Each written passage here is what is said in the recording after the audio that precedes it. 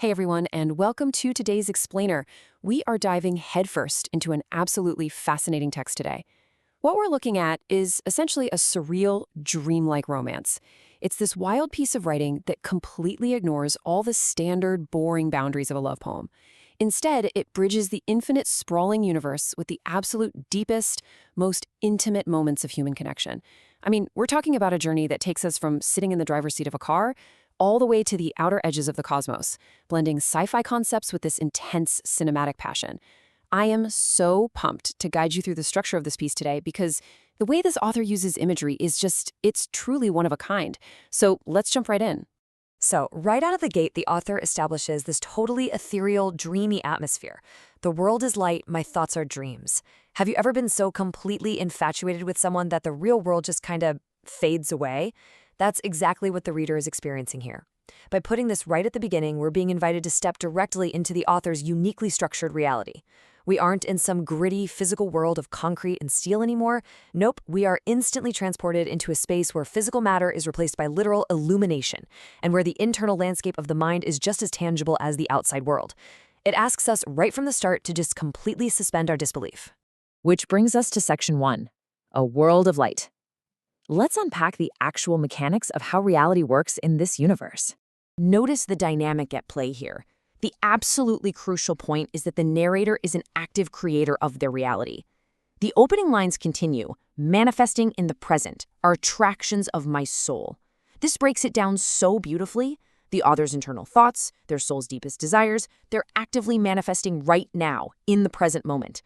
They aren't just reacting to the world around them. Their attractions are actively shaping it. And the actual fabric they are shaping? It's light itself. It's this highly spiritual opening, basically suggesting that this romantic connection is so incredibly powerful, it's literally bending the fabric of their reality to bring these two people together. Now that we're grounded in this ethereal setting, let's look at section 2, the Summer Eyes chorus. This is the repeating structure that continuously pulls our narrator back down to earth amidst all these floating cosmic ideas. This section brilliantly illustrates how fast these feelings escalate. Let's actually dissect the ingredients of this chorus. It starts with such an incredibly grounded, almost mundane foundation. Long life and healthy mind driving on the road. You know, just a person out for a drive. But then listen to how the lyrics progress. From the road, they're suddenly looking at the cosmos and investigating your love.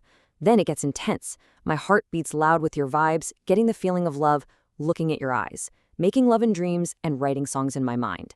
It all culminates in this beautiful, repeating declaration. Oh, summer, I've fallen in love with your eyes. I've fallen in love with your eyes. It's a complete journey, from a simple, healthy drive down the street, expanding all the way out to the cosmos, and then zooming right back into the thumping, physical heartbeat and the creative explosion of writing songs. Now, the thing you really need to take away from this is the number 3.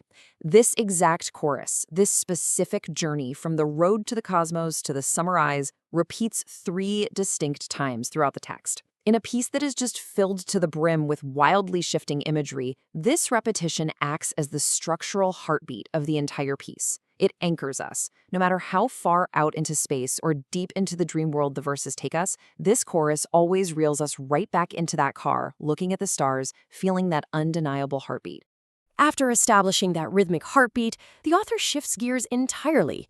Let's move to section 3, Mysteries of Space and Time, where sci-fi meets romance in this massive, unexpected stylistic whiplash. What's really interesting here is the sheer contrast. On one side, we have these grand science fiction concepts ripped straight out of a summer blockbuster. Secret agent solving crime, the alien in space is time, and equations of gravity.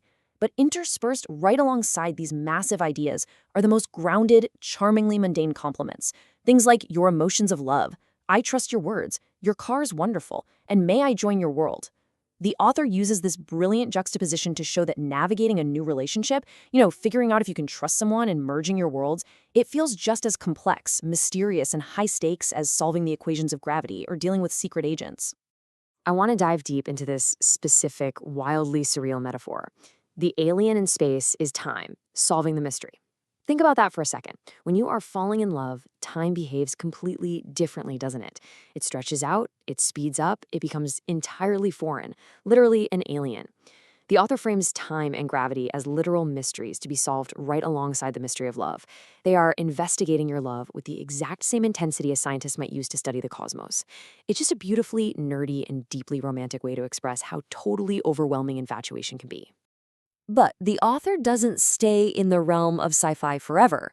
Let's explore Section 4, the cinematic cycle, and watch how the imagery suddenly shifts into full-on Hollywood drama. Here, the text introduces us to the beautiful rays of light and this concept of an Oscar in my mind. The author explicitly states, film and acting, they are my love. When I met you, they became my voice. This is such a clever device.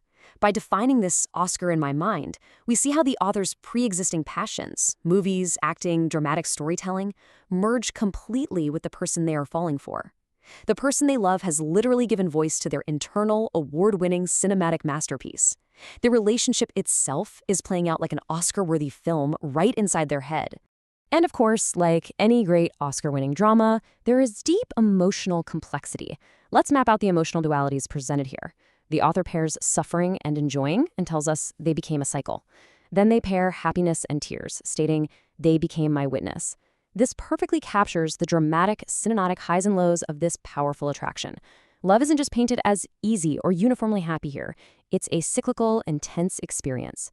You have suffering and enjoying looping around, with happiness and tears basically standing by as the ultimate witnesses to its truth. It's dramatic, it's raw, and it fits the Hollywood metaphor flawlessly. Which brings us into the final act of our explainer, Section 5, Unity of the Soul. This is where we reach a beautiful spiritual resolution.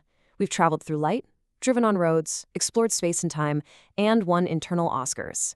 Now the cosmic and the cinematic finally resolve into something deeply physical and incredibly spiritual. Let's see how this builds, stepping through this escalating sequence. Step 1. The author describes your attraction that gave me sexual sensation. So it starts with visceral, undeniably physical attraction, but it doesn't stop there. Step 2 moves right into the subconscious, enjoying in my dreams the softness of your body. The physical carries over into that dream world we established at the very beginning. And finally, Step 3 brings the ultimate resolution, the love of your soul and unity in my heart. The author demonstrates a complete evolution here, from sheer physical spark through the intimacy of dreams straight into profound, unifying spiritual love. It's the whole shebang. Following this ultimate spiritual unity, the chorus returns for its third and final time. But I want to point out a very subtle yet absolutely crucial shift in this closing section.